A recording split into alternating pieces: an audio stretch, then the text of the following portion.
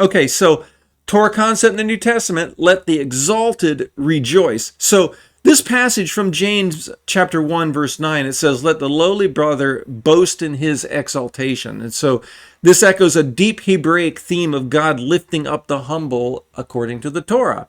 And while the exact phrase isn't found in the Torah that James says, the concept is richly embedded in its narrative and its theology. Here are some striking parallels. We note Joseph's rise to power in Genesis chapter 41. Remember how Joseph was sold into slavery and imprisoned and exalted by Pharaoh to Pharaoh's right hand. And so this story embodies humiliation, exaltation, and faithfulness in trial to honor in due time. And this is a lived out version of James 1 verse 9's principle. We note how Moshe was humble in his humility. In Numbers 12 verse 3, Moshe his exalted role as Israel's leader is directly tied to his humility. God chose the lowly to lead, which is a Torah pattern that James affirms.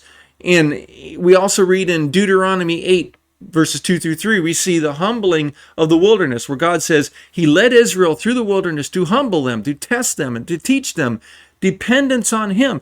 So this is growing spiritually through humility, followed by the promise of entering the promised land, reflects the same pattern of the lowly now exalted later. And so this is how the New Testament and James taught Torah. The Torah has not passed away.